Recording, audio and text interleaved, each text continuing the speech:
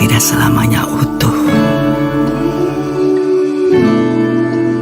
Nenek. Satu persatu bisa saja runtuh. Kembali ke tanah air, saudara, jelang Idul Adha, 9 ekor sapi kurban di Klaten, Jawa Tengah dilaporkan terjangkit penyakit menular.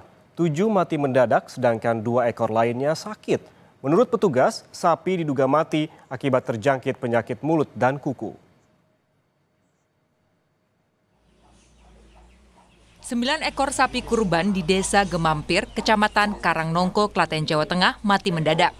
Menurut pemilik sapi tersebut, ia membeli hewan kurban dari pasar hewan di Boyolali pada 15 Mei 2025. Namun tak lama setelah ia rawat, 3 ekor sapi mulai menunjukkan gejala sakit, tidak nafsu makan, dan akhirnya mati. Diduga karena terjangkit penyakit mulut dan kuku, sapi yang sakit sebelumnya menularkan pada sapi lain, sehingga satu persatu mati, sedangkan 2 sapi sakit kemudian disembelih. 9 sapi tersebut bahkan sudah ada pembelinya dan dititipkan di kandang miliknya.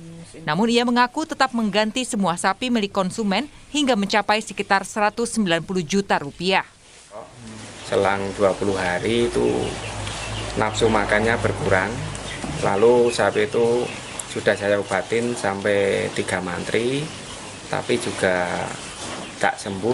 Terus itu malam harinya sekitar jam 2 pagi itu mati, selang beberapa jam lagi juga mati. Kasusnya itu ada 7 ekor sapi yang mati. Lalu yang masih tanda-tandanya masih sakit itu saya jual ke Jagal itu yang 2 ekor. Dinas Ketahanan Pangan dan Pertanian Klaten menduga sapi dari Pasar Jelok Boyolali belum divaksin. Setelah menerima laporan, petugas langsung menyemprot disinfektan agar penyakit tidak menular ke sapi lainnya. Mendekati Idul Adha, Idul Kurban, itu dicampur sehingga sapi itu ternyata belum ada keterangan vaksin dari Boyolali. Sehingga pada hari berikutnya, tanggal 25 Mei itu petugas kesehatan untuk memberikan vaksin, tapi karena sudah terserang dan melebar ke sapi yang lain, sehingga ada 7 ekor itu yang mati dan yang 2 itu sapi itu disembelih paksa karena memang khawatirnya nanti akan mati seperti itu. Di Jember, Jawa Timur, Dinas Ketahanan Pangan dan Peternakan juga menemukan sejumlah hewan kurban yang terjangkit penyakit mata. Meski sakit mata yang diderita kambing kurban masih dalam taraf tidak terlalu parah, namun kambing kurban yang sakit mata harus dipisahkan di kandang yang berbeda.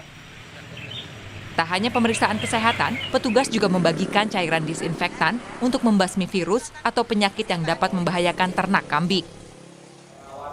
Sementara di wilayah Jakarta Timur, pemerintah kota Jakarta Timur mengantisipasi penyebaran virus dan penyakit yang berasal dari hewan kurban.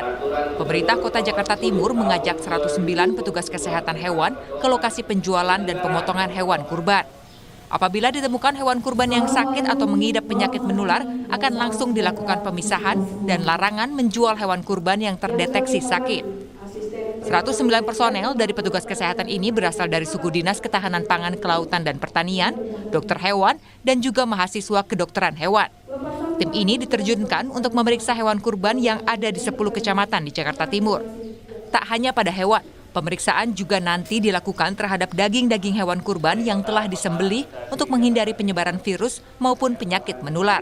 Tentunya kami dari pemerintah Kota Jakarta Timur, dalam hal ini Pemda DKI, kepingin menjamin bahwa daging korban yang dikonsumsi nantinya oleh masyarakat itu benar-benar aman dari segala penyakit. Oleh karena itu kita turunkan tim pemeriksa kesehatan hewan korban.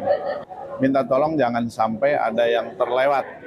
Satu, yang kedua jangan sampai nanti daging yang sudah diperiksa ternyata ditemukan ada penyakit, tidak secara langsung dilihat untuk dimusnahkan. Jadi langsung seketika harus dimusnahkan dan kita menjamin itu kita lihat betul-betul.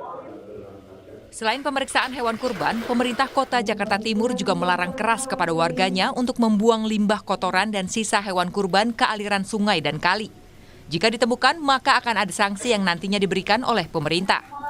Tim Liputan, Kompas TV.